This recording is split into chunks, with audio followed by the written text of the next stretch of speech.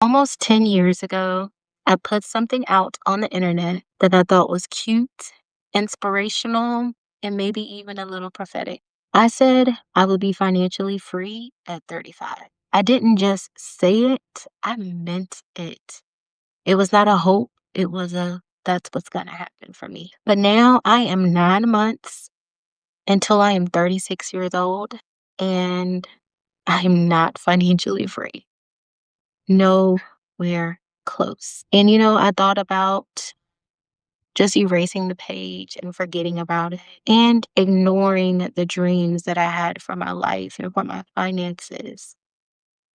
But instead, I'm going to do something that I'm extremely uncomfortable with. I am going to dare myself in public to reach that goal. And if you are a financially solo woman, starting over, tired of being broke, tired of feeling broke, or you have come to the conclusion that no one is going to save you financially, this video is your invitation to join me. So, when I first started ReEducated Money, I thought that the journey was going to be clean, no pit stops, just straight path to where I wanted to be and how I wanted to do it. First, I was going to get my little efficiency apartment and then pay off all my credit cards, pay off my car and then my student loan, then invest 90% of my income, y'all, and hit financial independence at 35. And use year 12 as a kickoff to financial freedom at 36. Your girl had a plan planned. She was ambitious. She was hopeful. She believed that if she worked hard enough, budgeted right, paid things off, and followed the steps step by step, that she could build a completely different life. The plan was squeaky clean, but real life was not. I've been the woman who let a man move in, drive the car, smoke the weed, and call it a partnership. I have been the woman on food stamps for 2 years. I've been the woman who's worked job after job after job and still could not figure out why money never felt safe. I have had over 20 jobs since I was 16, and that is not me being dramatic. It is me being chronically unemployable with documentation. I have been the woman in a 50-50 marriage, a woman who's maxed out her credit cards, paid them down, and then maxed them out again.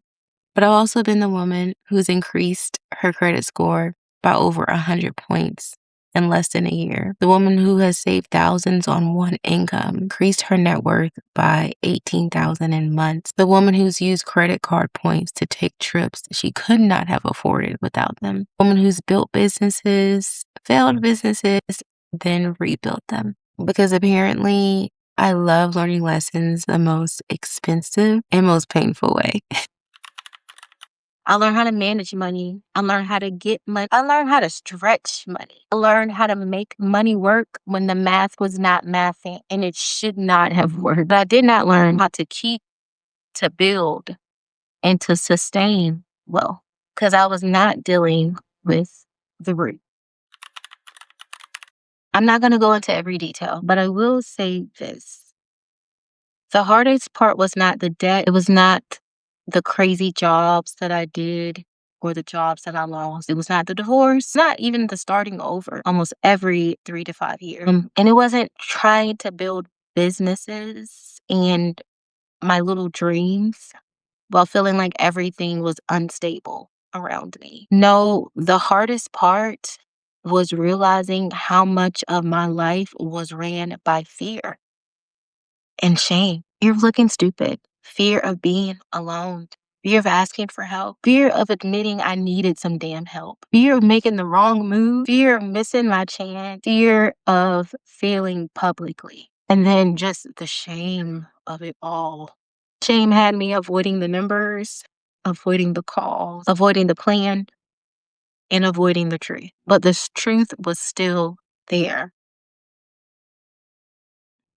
And at some point, God had to snatch me up and sit my little butt down. And he had to deal with me mentally emotionally, spiritually, and through some very humbling real life situations because I kept wanting to be saved from my own mess without fully surrendering the version of me that kept creating the mess. And that was the hardest lesson I needed to learn. So here's what I finally realized: a budget cannot save a woman who does not feel safe. A spreadsheet cannot save a woman who keeps abandoning herself. A debt payoff plan cannot save a woman who deep down inside is expecting someone else to save her. And normal money advice does not always work with financially solo women because financially solo women are not just managing. Remember, we are managing pressure, we are managing survival, we are managing the fact that if something goes wrong, it's all on our shoulder and the starting over. We are managing I'm fines when it's absolutely not fine. I had to realize that's where re-educated money had to change because the old version of the plan was entirely too linear and did not allow life to be in there.